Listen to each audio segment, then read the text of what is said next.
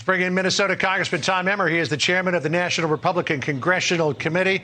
Big race coming up on November the 2nd. Education taking center stage. Tom, will it be the deciding factor on November 2nd? Well, I'm going to tell you, John, first, thanks for having me. Look, every election is different, as you know. That's obvious. But the fact that Glenn Youngkin is in a position to win a state that Joe Biden won just 11 months ago by 10 points, it's not good for Democrats. And I think it's in large part due to this education issue. People should be taking notice when you got 200 parents showing up at a school board meeting in Loudoun, Virginia.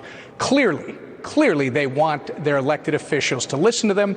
Glenn Youngkin is offering to do that. Obviously, his opponent has been just the opposite. You know, he clearly said in that debate parents shouldn't be telling schools what to teach. He's accusing the Youngkin campaign of twisting his words and then firing back at Youngkin, saying, well, you're criticizing me. Youngkin wants to cut funding to public schools. Listen here.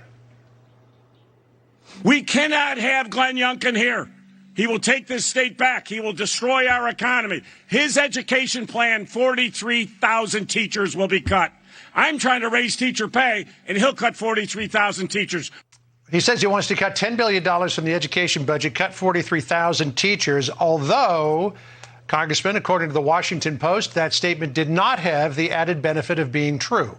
Well, it rarely does. But the good news is, John, that most voters, they already know what they're doing, and they already know who they believe. They believe Glenn Youngkin. They understand that people like Terry McAuliffe and Democrats all across this country have been siding with their powerful school or teacher union buddies, which is essentially what he just said. I'm here to help the teachers.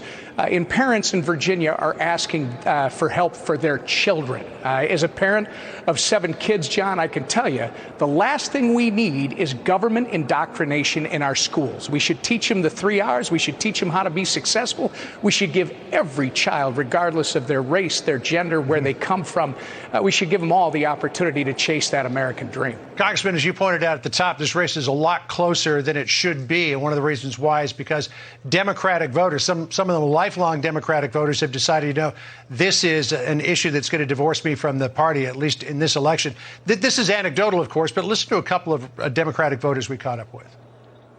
Well, Glenn Youngkin is trying to collaborate with parents, and the McAuliffe and his people are trying to criminalize us. Yes, I voted for Biden in 2020, but I can't imagine voting for a Democrat in the future, mainly because of education.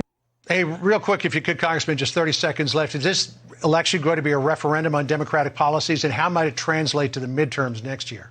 Absolutely, it is. It's going to be a referendum on this, trying to indoctrinate children in schools, having the Justice Department investigate parents because they want to stand up for their children at school board meetings. It's going to be about inflation that is directly caused by the Biden administration, as even now the New York Times acknowledges. It's going to be because people want to feel safe in their communities, and Democrats defund the police policies are creating all kinds of violence. So it is going to be a referendum on the midterms, and I think that you'll see in the midterms, Democrats are going to answer for this at the ballot box. Tom Emmer, thanks for being with us. We got to run.